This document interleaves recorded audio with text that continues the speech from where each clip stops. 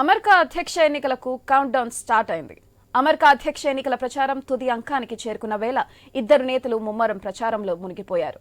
నేటితో ప్రచారం పూర్తి అవుతుండటంతో ఓటర్లు మద్దతు పొందేందుకు విశ్వ ప్రయత్నాలు చేస్తున్నారు.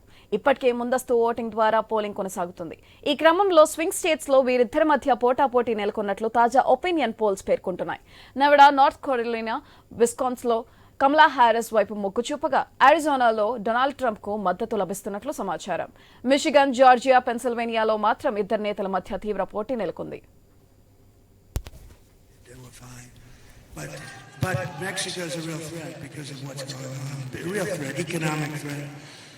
And China's going into Mexico because this way they don't have to float it across the seas. It's not going to happen. So I said to him, what's happening with that plant? I was making a speech a week ago.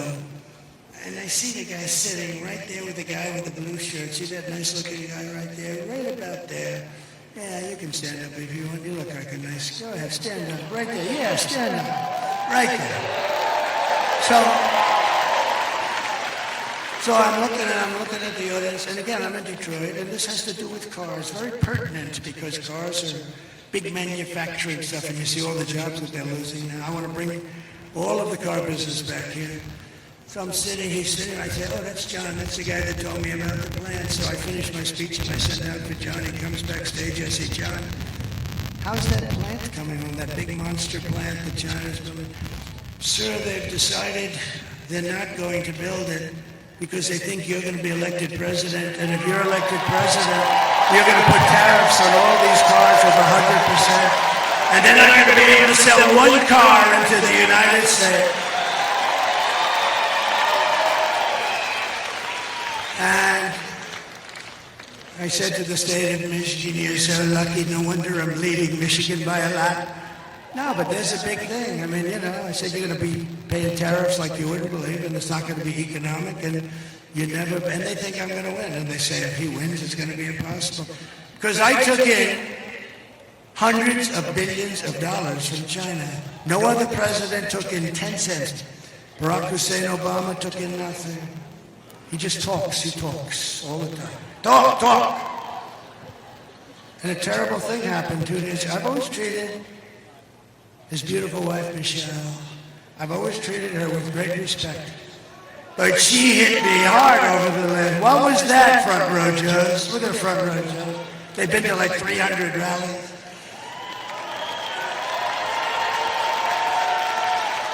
And this is, by the way, look at this thing.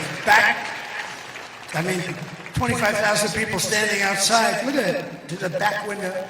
You know it's full when you have the back window and people are hanging out the window. Be careful, too. But this isn't a rally. You know what this is? This is a request to tell everybody just to go, please, just go and vote on Tuesday.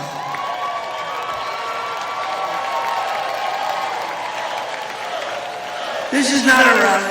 It should be a rally. But we want you to go vote.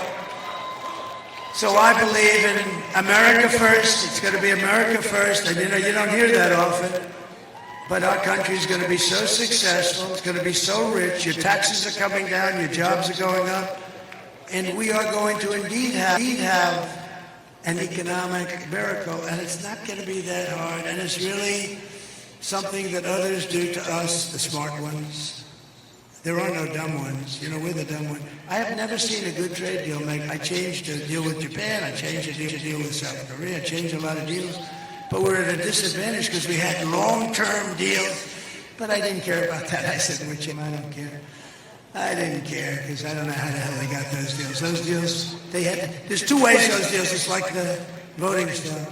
There's two ways those deals were made. Either the person that made them was corrupt or stupid, because you had the worst trade deals ever made by any country ever. Anyway, we started changing that all around, and we were doing unbelievable. We had the greatest economy in the history of the world. We were leapfrogging and lapping China. China was going crazy with me. Please don't put any more tariffs on. I saved the steel industry. If I didn't put, they were dumping steel. You remember that. If I didn't do that, you would have no steel. And by the way, I don't want U.S. Steel, the greatest company in the world 70 years ago, to be sold to Japan. I just don't want that to happen. Everything Kamala says is a lie. She has no vision, no ideas, and she has absolutely no solutions. But take a look at this for a second, because this is just terrible. Take a look. Good evening, everyone. Tonight I will speak about Donald Trump. Donald Trump. Donald Trump. Donald Trump. Donald Trump. Donald Trump. Donald Trump. Donald Trump. Donald Trump. Donald Trump. Donald Trump. Donald Trump. Donald Trump. Donald Trump. Donald Trump. Donald Trump. Donald Trump. Trump. I can't stand it. I can't stand it, Marco.